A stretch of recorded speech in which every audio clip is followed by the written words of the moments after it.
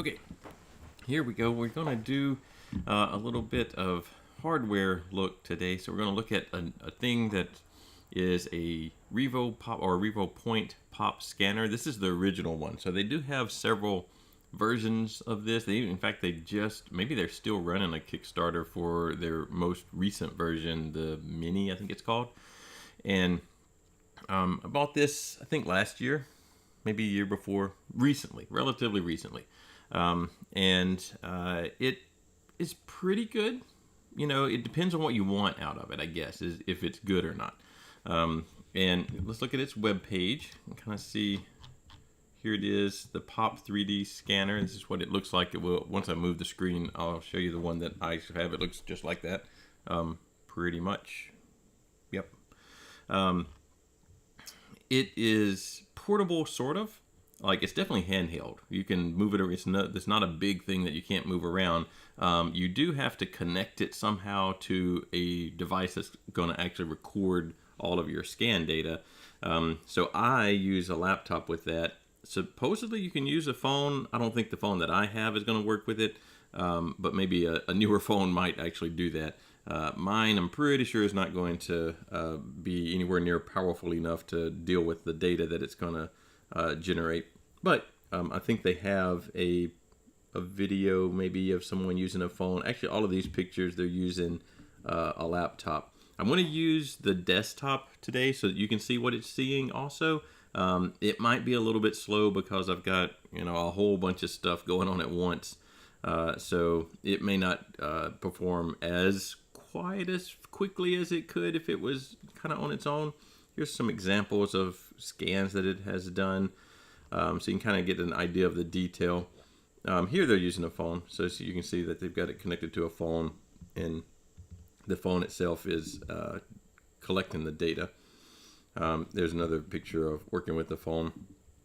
I am, again, going to use this computer that I'm also streaming from. It came with a few pieces. I think there's here we go. I didn't get the smartphone rig just because I knew that wasn't going to work for me. I didn't get the LED light either. I didn't actually get much of this. I got the turntable and the little tripod. So I got those pieces and just other like cables and stuff that come with the kit. So I got those things. The price is currently, let's see what the price is. Well, where might be a price listed? It's sort of expensive from what I remember. But right now, I don't see a price at all. Oh, there it is. Oh, well, it's going on sale a little. 25% off for the original one. They do have newer versions, though, so that's probably why this one's getting a little bit cheaper. Still not cheap, $450, but cheaper than it was. They also have, let's look at what they have, the Pop 2, which looks a whole lot like the Pop 1. There are very subtle differences in them physically. And it's $700 or so. And then they just released, no, they haven't released. I think they just kickstarted a blue light scanner. So these are infrared. The Pop and Pop 2 are infrared scanners. And then the Mini is a blue light scanner. And I think people have review copies of it right now, but it's not for sale or anything. It's called the Mini. And then I think they have some other products also that are maybe higher end. I don't see it right now. Maybe if I go to home. Well, I don't know. Maybe these are their primary products. I do think they have some other types of scanners that are maybe a little bit more industrial type, but I'm not seeing them right now. Anyway, we've got one of these. For what he's doing right here, he's scanning a hood, a large object. I actually think it's pretty good for that sort of thing. Trying to scan super tiny details, it's going to struggle with. It says it has, well, they word it as it has a 0.3 millimeter resolution. So for a single frame. So it takes a bunch of frames and tries to stitch them together, which we'll see in a minute.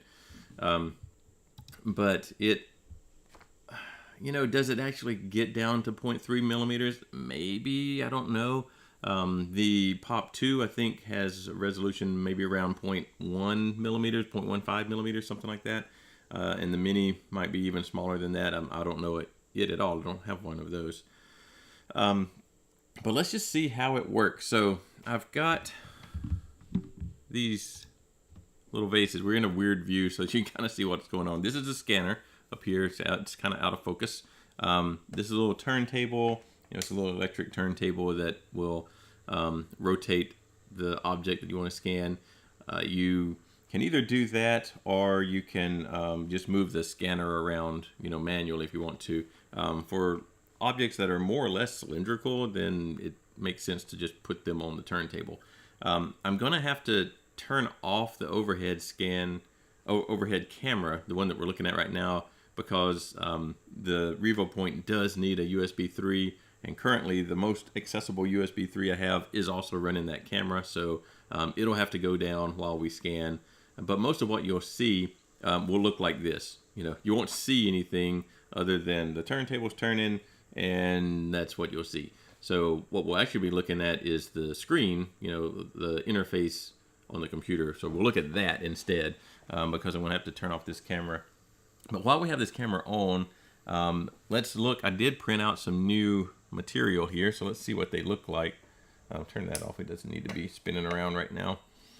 So let's look at a couple of new, well, not new, but different ones. We looked at that one last time. That was the one that was called wood feel, but it was not wood at all.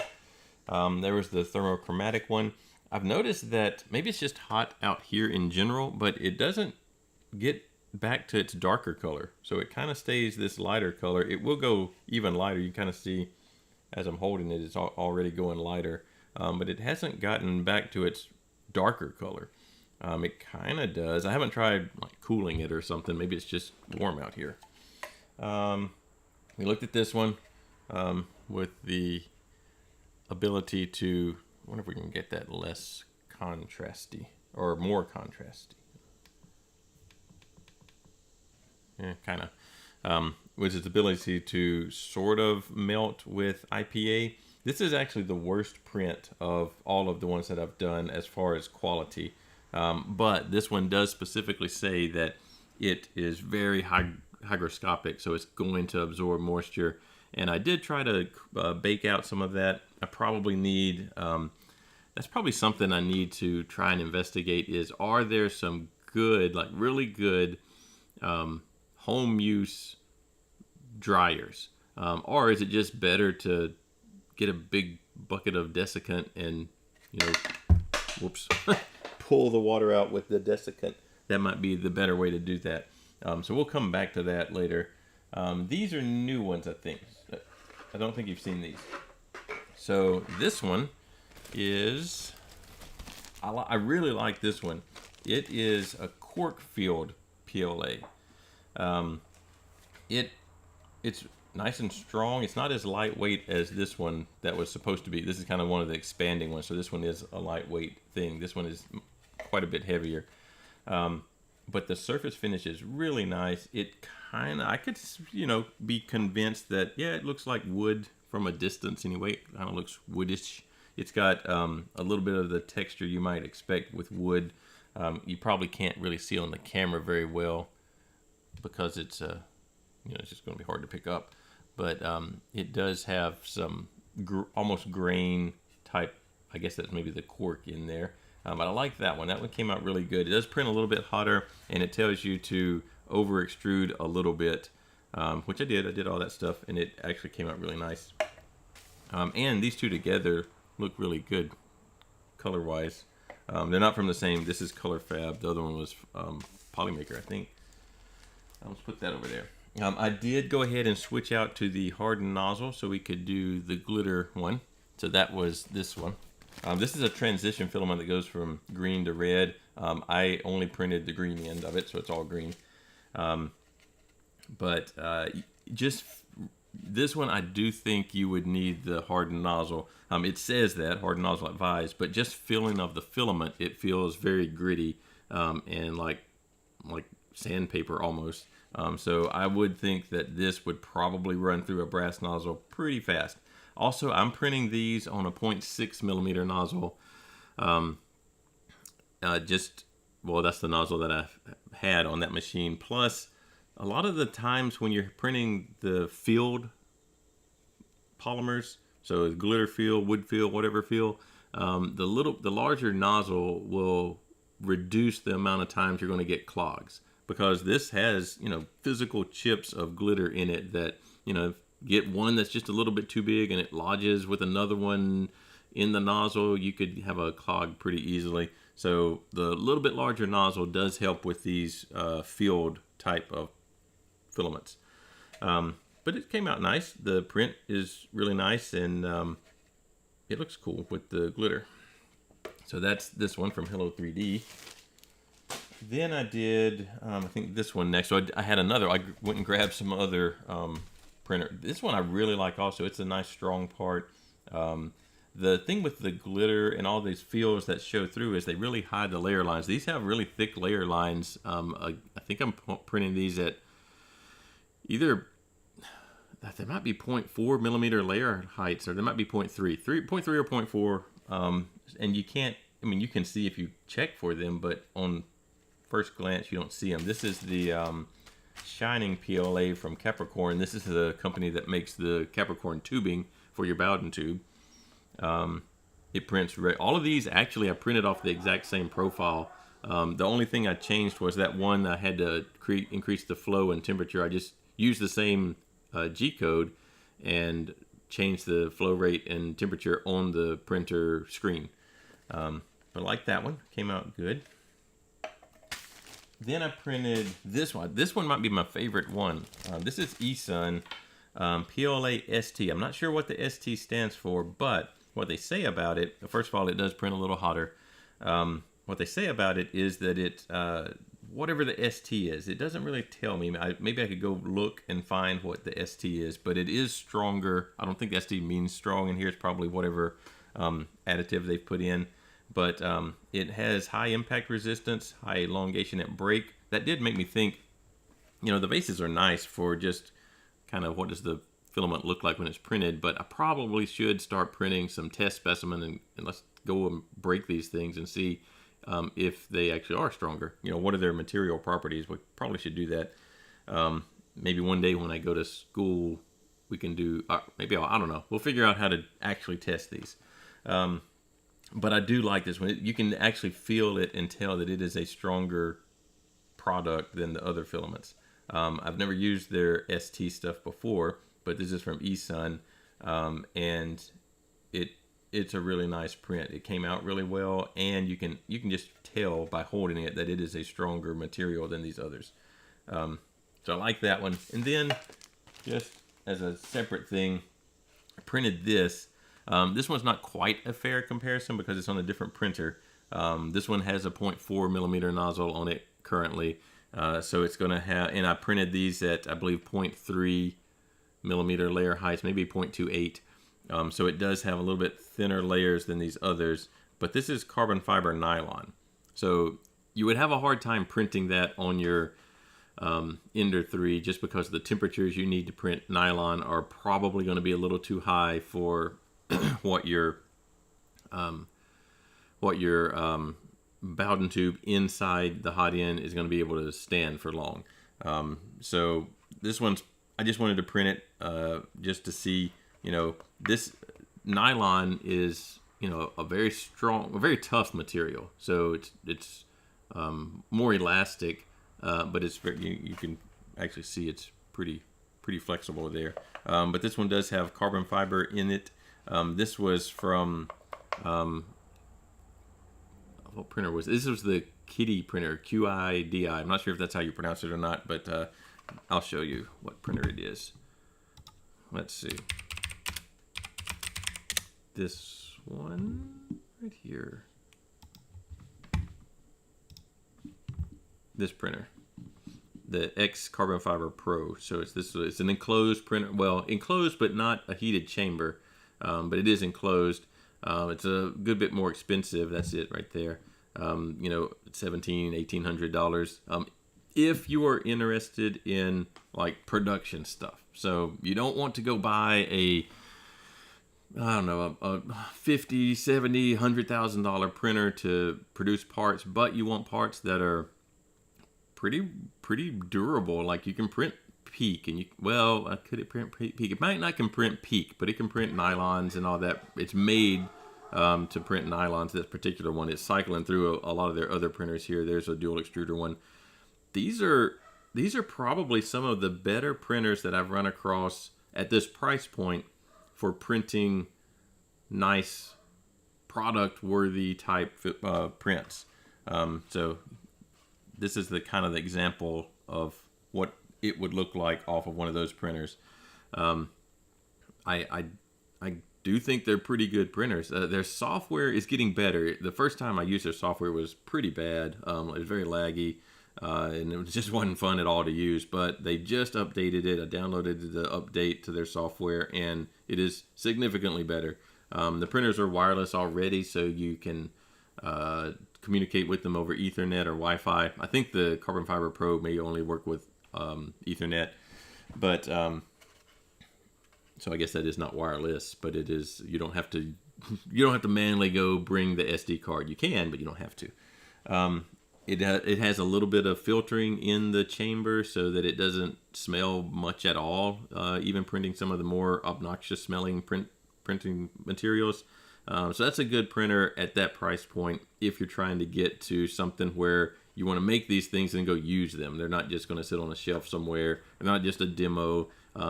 It could probably print usable parts. The filament is a good bit more expensive. This particular filament, anyway. You can print regular PLAs and all that stuff on the printer. Also, this particular filament with the carbon fiber nylon is $100 a kilogram. So it's 4 or 5 times what you're paying for your PLA. But it is a good piece of material. What I think I'd like to do is print a couple of test specimens out of this stuff. Maybe this stuff, because it was actually pretty good, and then just a regular PLA, and let's test them and see how they do.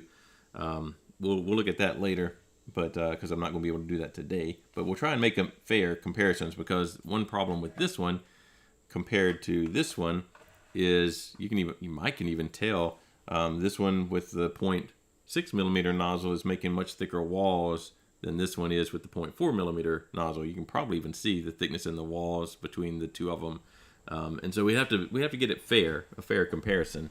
But that would be good to see, what kind of strength you are getting from a nylon versus a PLA versus a PETG versus some of the other filaments that are out there. So that'll come up. I don't think we'll be able to do that tomorrow, but we'll do that soon. What we're doing today, though, let's clear these things out of the way, and let's look at this scanner. So, got lots of little vases now.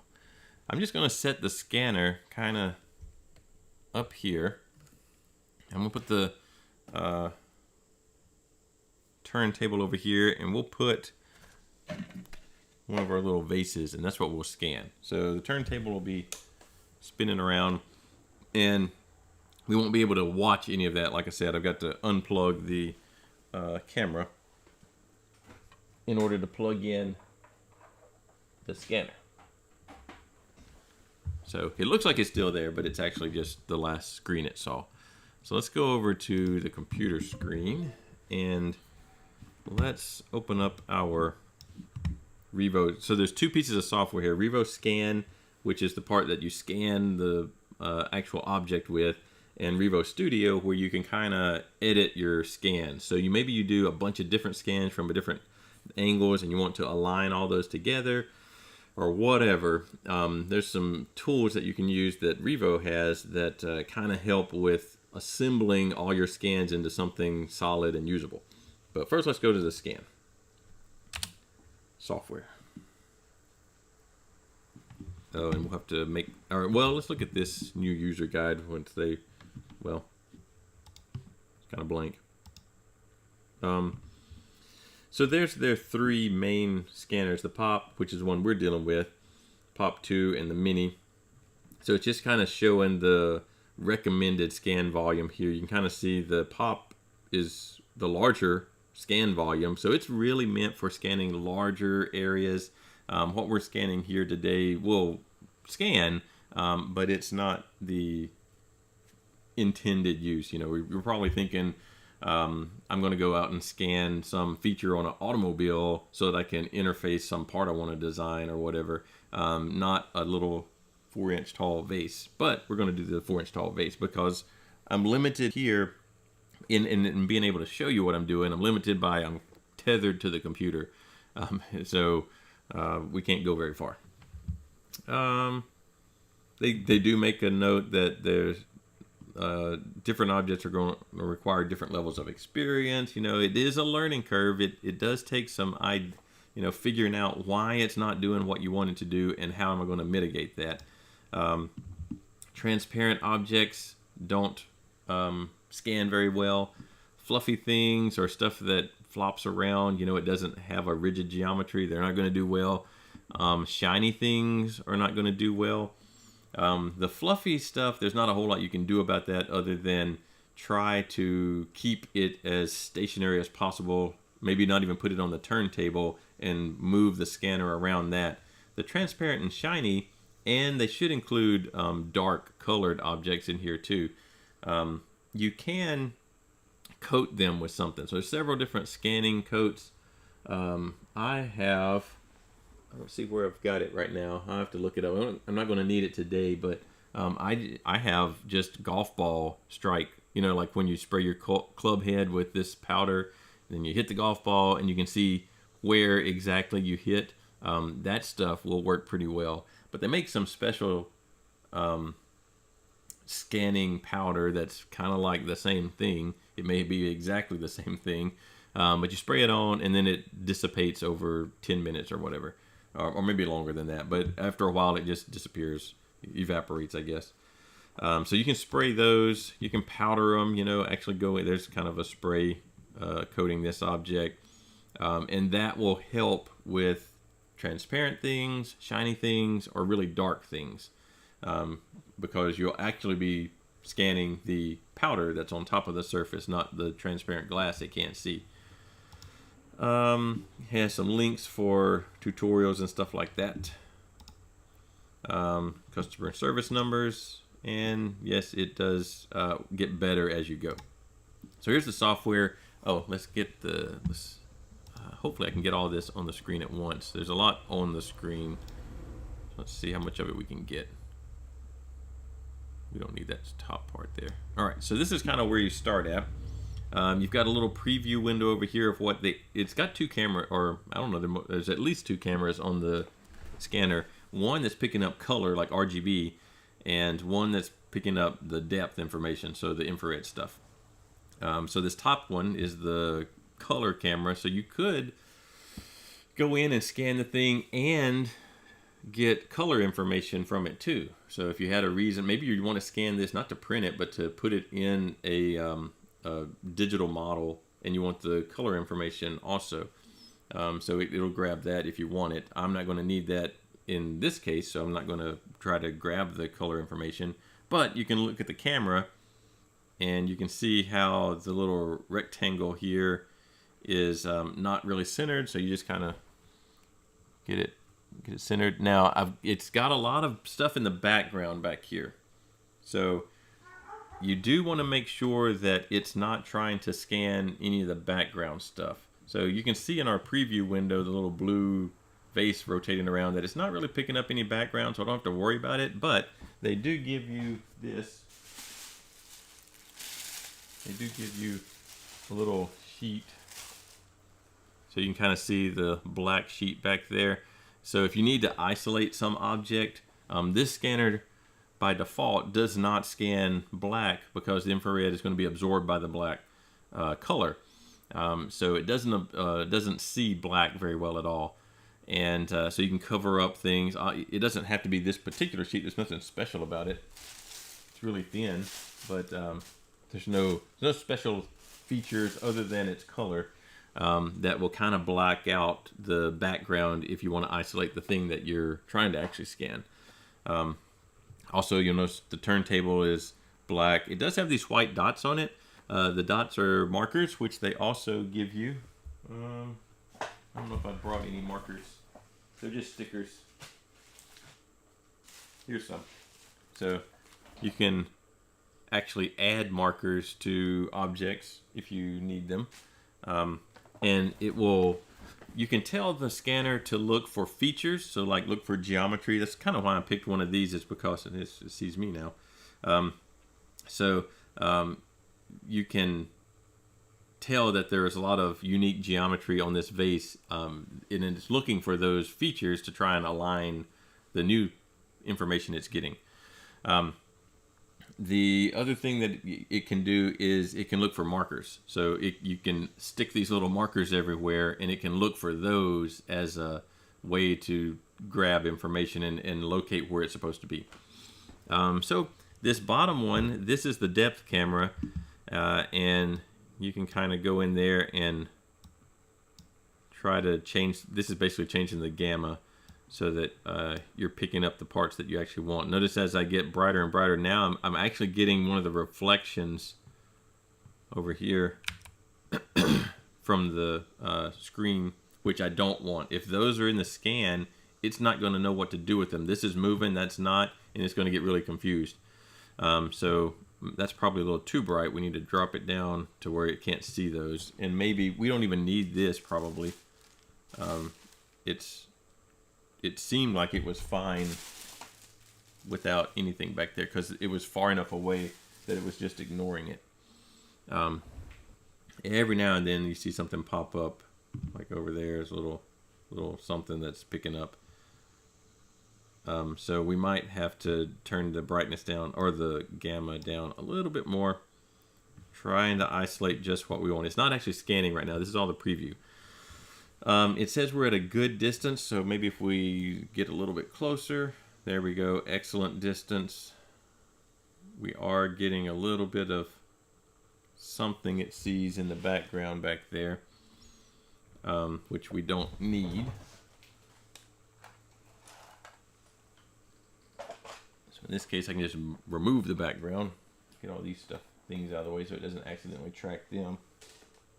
So if you can, just isolate the thing. If you can't, then you have to go in and try to black out the parts you don't want.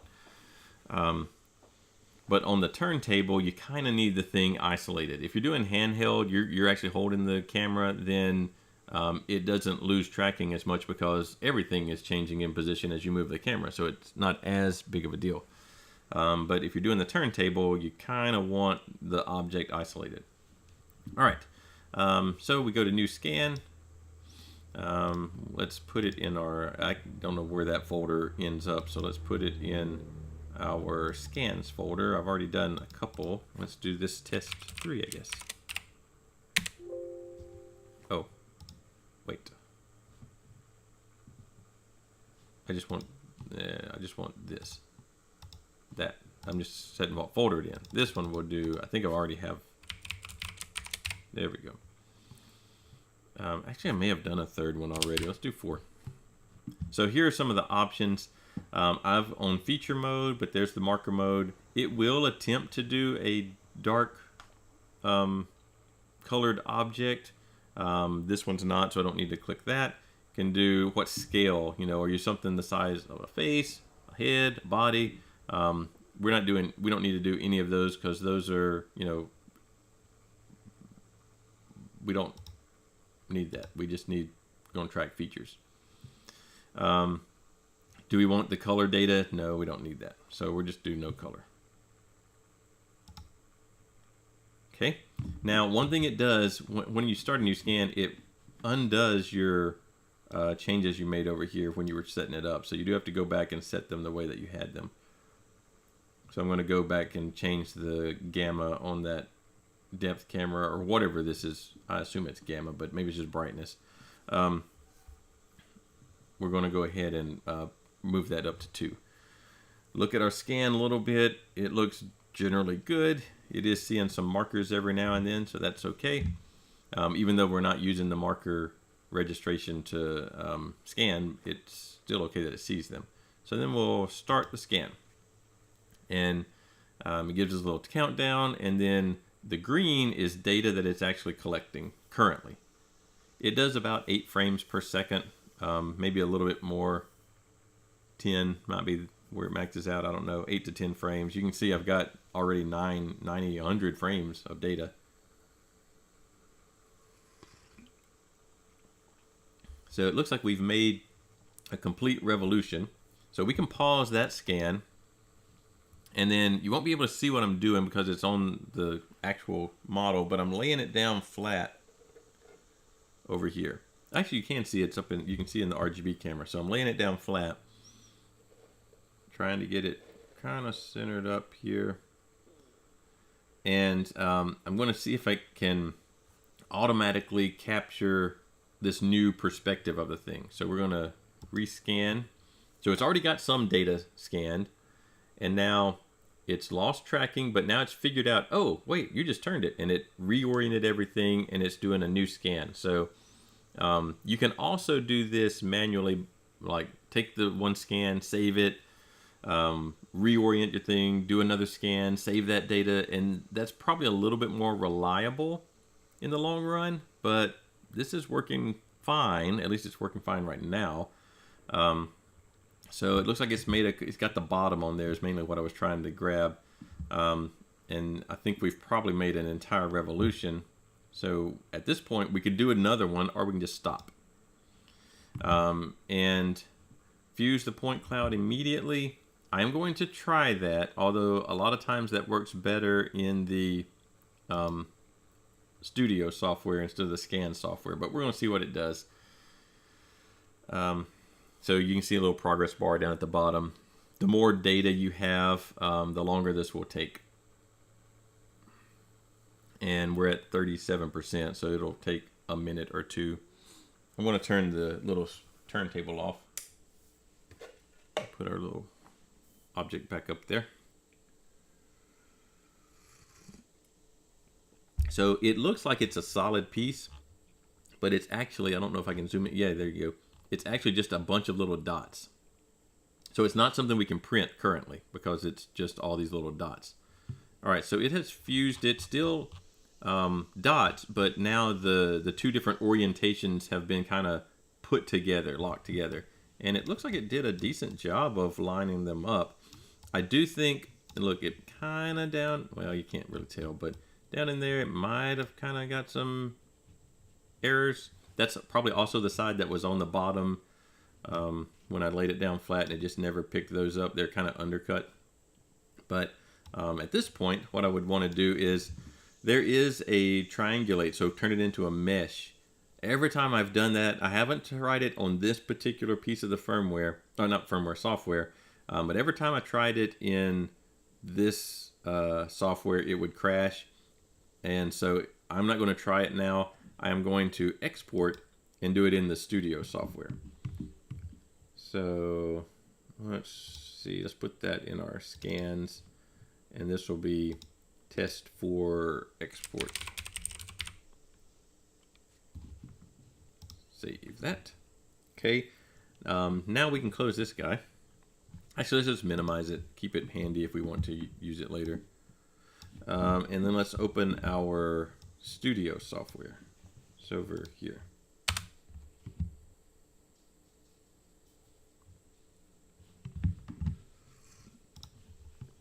Let's see if we can get it to fill the screen. Their software is not like ideal, but it is getting better. Like, it's usable. It does what it says it's doing. It's just like there are instances where maybe it doesn't draw the selection box when you're trying to select something, and so it's kind of hard to tell what you're selecting. So there's some little things that they can get better, but in general, it works pretty well. Let's import the thing we just exported. So test 4.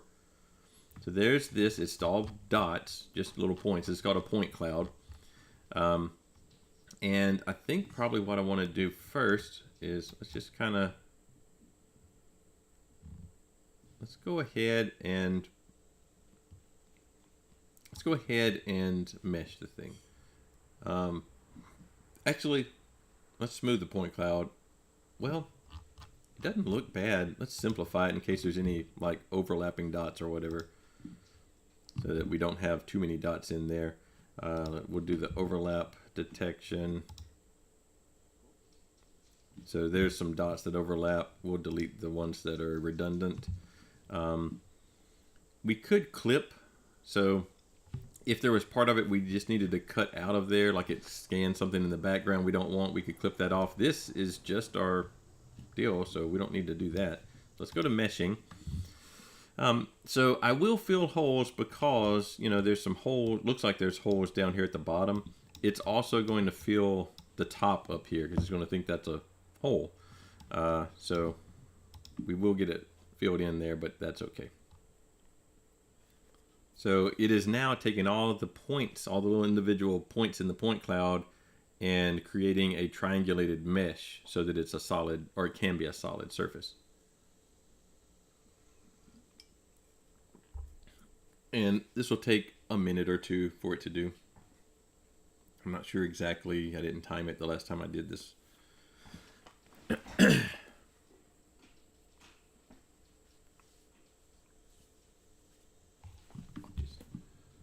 All right, so now, there we go. We've got a solid guy. Actually, it didn't fill that hole. Maybe I didn't click on fill holes because there's clearly a hole still there and there. I must have forgot to click fill holes because, you know, that's definitely got a hole in it. Let's do the filled hole here. I'll check the holes. There. I wonder if you can unselect.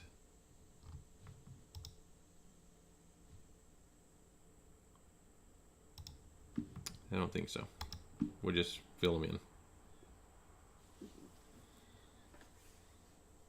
All right, now I've got a watertight thing. I could print it. You can kind of see where it, you know, it's not as nice of a surface. The surface is a little bumpy, which is not the kind of surface that's on our actual little vase. You know, it doesn't see the print lines or anything, but it sees just some noise in the surface there. But it does look like the little vase. So let's see how well it scanned the dimensions of it. So we will export this guy. And let's export it as a STL. And this will be vase to measure. Okay, and it did that. The easiest way that I have found to measure on an STL file is this piece of, well, not even software. This is just on the internet. This is on GitHub.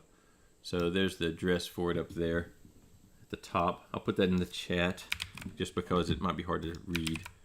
But it's called Meshy. And you can actually see our little, actually that might be the one I did before. So let's clear that. How do we clear?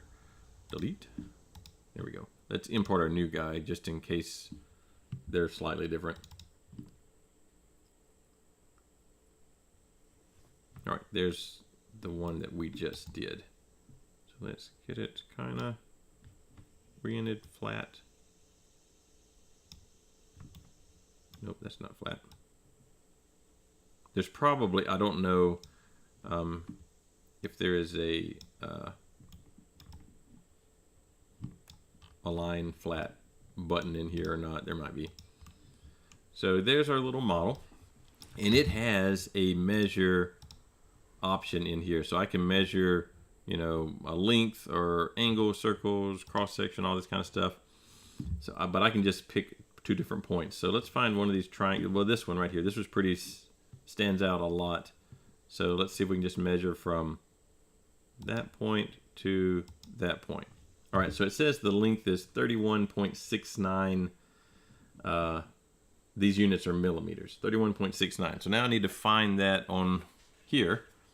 I'm pretty sure it's that one. Got our caliper out. Oh, it's not zeroed. Let's make sure it's zeroed. Okay, and then we will measure here, doing this.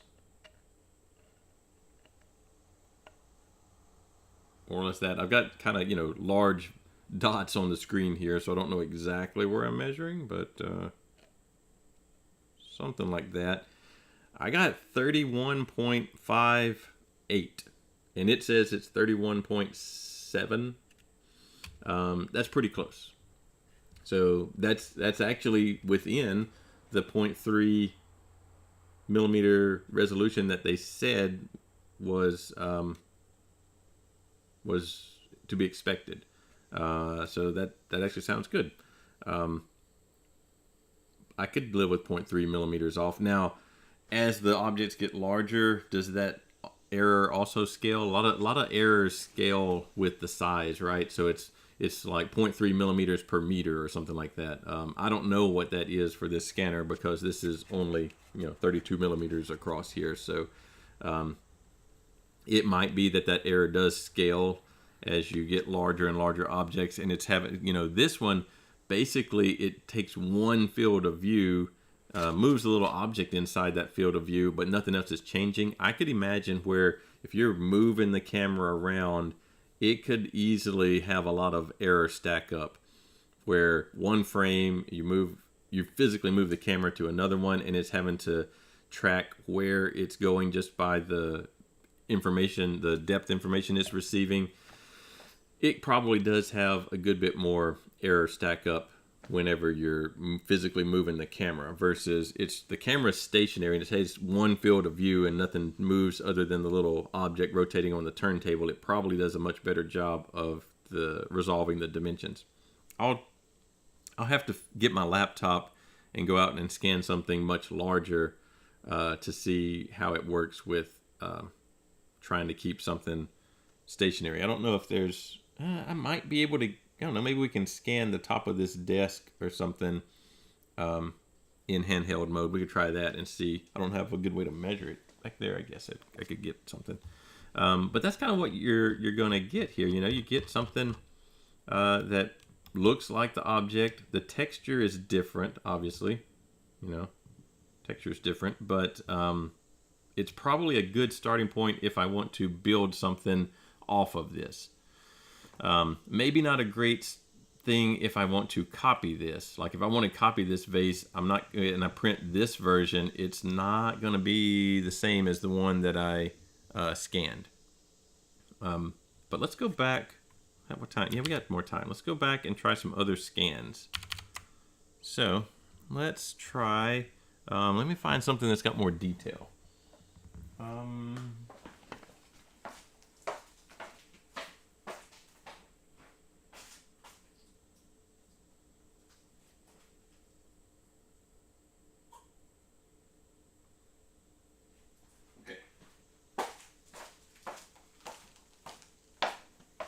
I got two little guys here.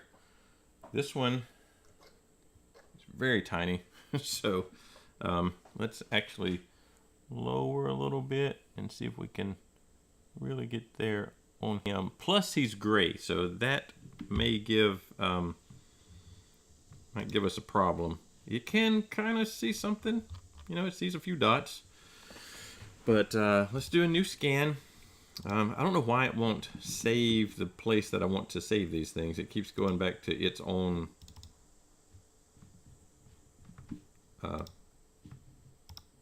location. I want it over there. This is a little night goblin. So we'll scan him. He is dark-ish. He's gray, but he's not terribly dark, so I think we'll be all right. See if I can get a little extra light on him, maybe. We'll leave it as features for this. No color. Wow. Can't see him at all.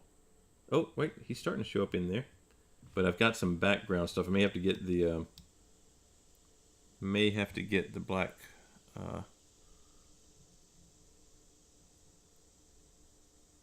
oh, wrong camera.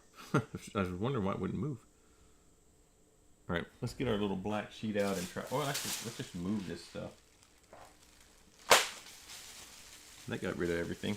All right, so let's see what we can get out of this super tiny little guy.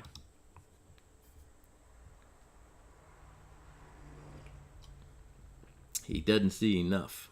All right, so it could be that he's just too small. Lost tracking because he's off the screen.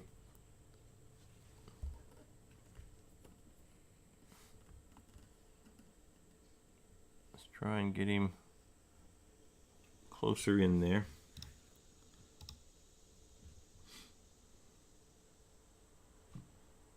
Oh, you know what? It's thinking. We'll let it think for a little bit, but if it locked up, we'll restart it. Kind of think it might have locked up. Let's see.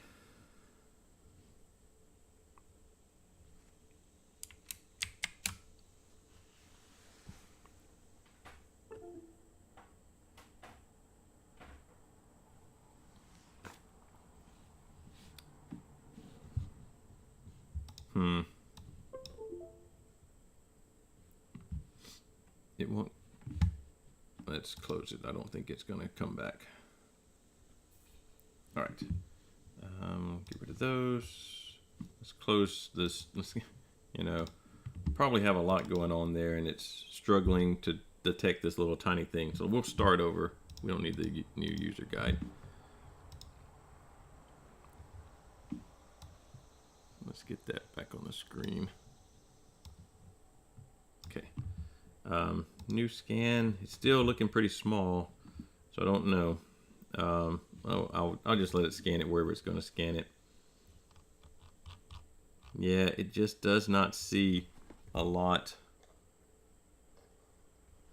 of points there.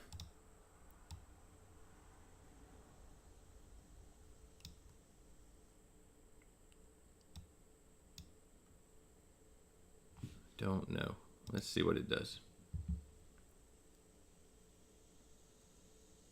It just doesn't see enough in the image. I don't know if we let him rotate, if it can. Oh, so it saw my finger in there, and it doesn't know what to do. So let's stop that scan and restart. Let's see. We'll just keep all that. Change this exposure, whatever it is. We can. Doesn't really matter if we brighten up the RGB because we're not trying to get the color.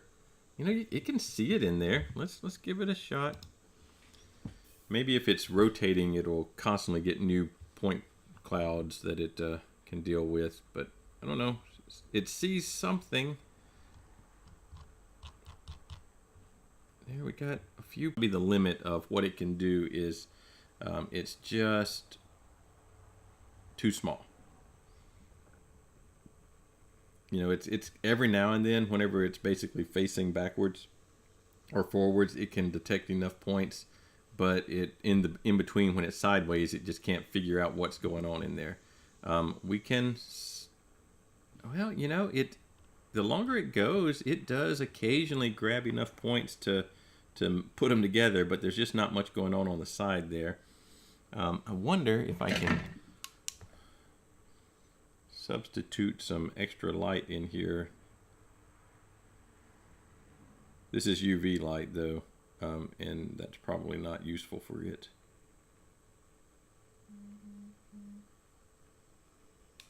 Let's see if we can stop, and if we can get restart.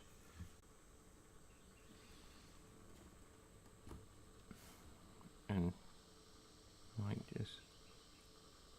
I don't know what the focal length minimum is for this. It says it's too near, but you know, it was having trouble. So, and let's try the dark body because it is darker colored. Now we kind of need to raise it up here. Let's raise our whole little turntable up. And you know, I mean, it's got a lot of problems. I don't know.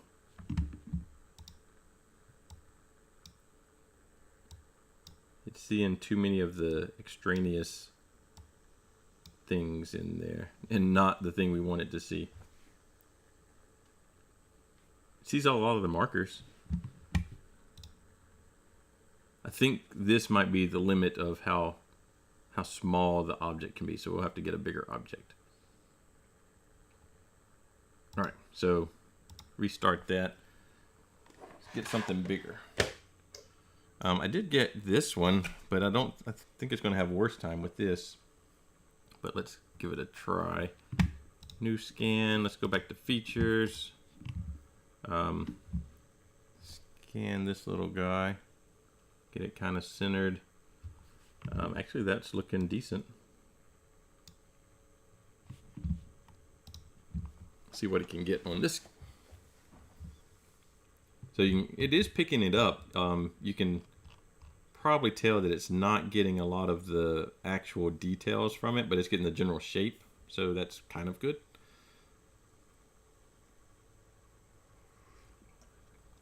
That goes along with what I was saying about this scanner is it's probably really better suited to scanning larger objects instead of trying to get small little details. Let's pause that. It actually doesn't look bad, but let's turn it sideways to see if it can figure out what to do with some of this stuff on the sides. I don't know.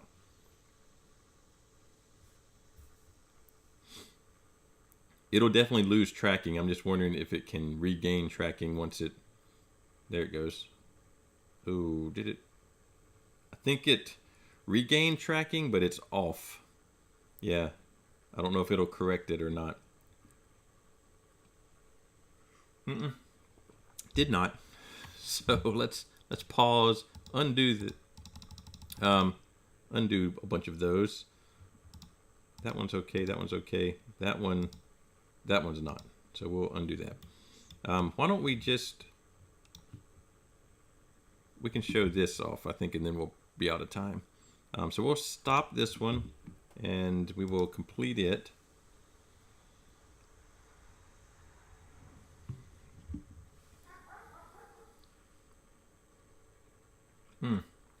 I probably didn't need to fuse this point cloud. This is only from one direction. But let's export it. And we'll just, let's put it on the desktop in here. We'll call it tree 1. And then let's, it's on its side now. Let's, I think I need to do a new scan. Because if I do this one, it's going to keep the old data. Yeah, it's going to keep the old data. I don't want to do that. Restart. New scan. We'll do all that the same. And we'll scan this. We're going through it pretty quickly, you know. But I wanted to show how you can try to take... you can let it try to, you know, reorient like we did with the vase and figure out where the new thing is. But I wanted to see if we could manually do that. So we'll have two different orientations here, one from the side and one from the bottom, I guess. That looks good. We don't need to fuse. Well, since we did that on the other one, let's fuse it on this one. Okay. So it's fusing, and we will export this, and it will be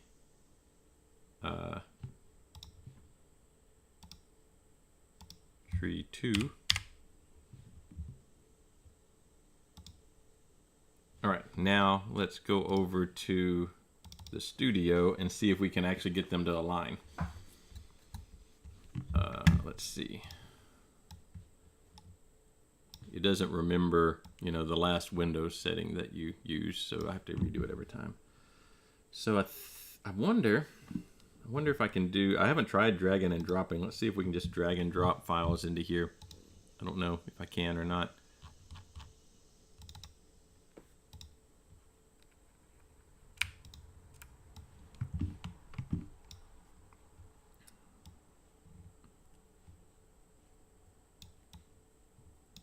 Got one of them. Let's see if I can drag another one on top of that. All right, so I want to do, there we go. So alignment, add file. That was the first one. It adds fuse. I guess I added one myself. All right, so we'll open that. So now I've got these two. And the idea is that I don't have markers in this one, but I can manually select features and I can let it try to align these things. So, you know, one of them is basically getting the underside and the other one's getting the outside, sort of. So if I can find some features that are, I wonder if I just let it manually do it, if what it'll come up with. Yeah. All right, so let's see if we can add some markers. So let's see. Something that we can identify on both.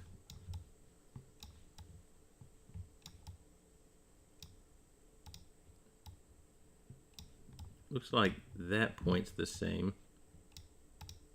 That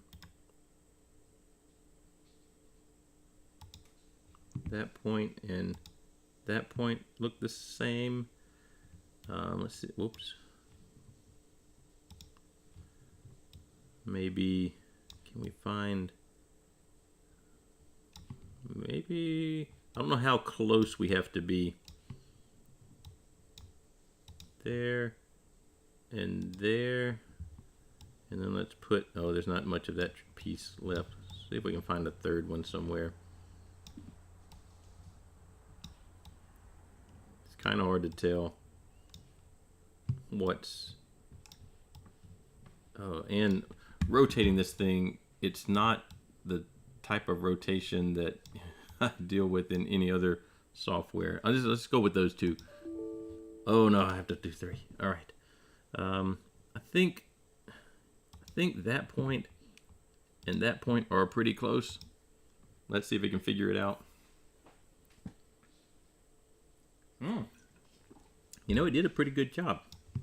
So I mean, there's some misalignment there, and you can see that. So if I had done a little bit better job of identifying points, it probably would have done a better job of aligning them.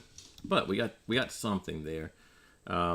Let's go in and see what it does if we mesh and fill holes, because it's got lots of holes. I'm not sure what it's going to think are holes though.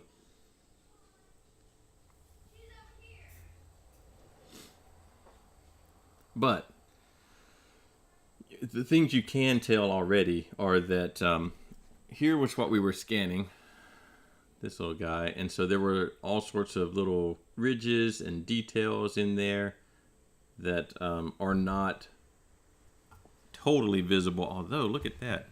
That's not bad. It did get some of those. They just didn't show up in the point cloud. That is not horrible. You can imagine where if I had done a little bit better job aligning and taken probably one or two more directions, we could have had something that was kind of usable. This was not an ideal object to try and scan with its really thin leaf features, but it did pick up, you know, from a distance. It's not that bad. I could see where you could begin to work with that. You'd take a couple more scans from different directions, get them aligned better, do it, you know, spend more time trying to find common points between them so it can do a better job of aligning them. And you could end up with something that represents the thing you were trying to scan. It does not have the same level of detail, but it is getting there. And this is their older scanner, a little bit cheaper, still not cheap, a little bit cheaper.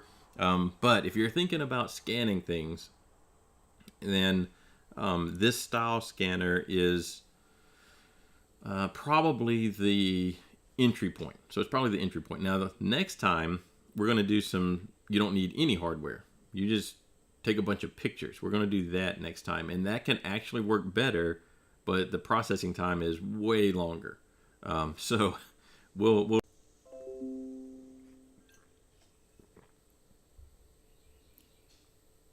I think we were disconnected there for a second.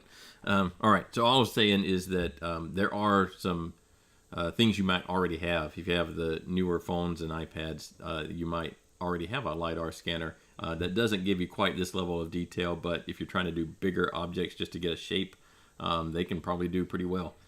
So next time, tomorrow, we'll look at photogrammetry and how that might be an option where you don't need any hardware other than the computer to run the software. And there are free versions of the software that you can use for photogrammetry. We'll look at that next time. All right, I will see y'all tomorrow.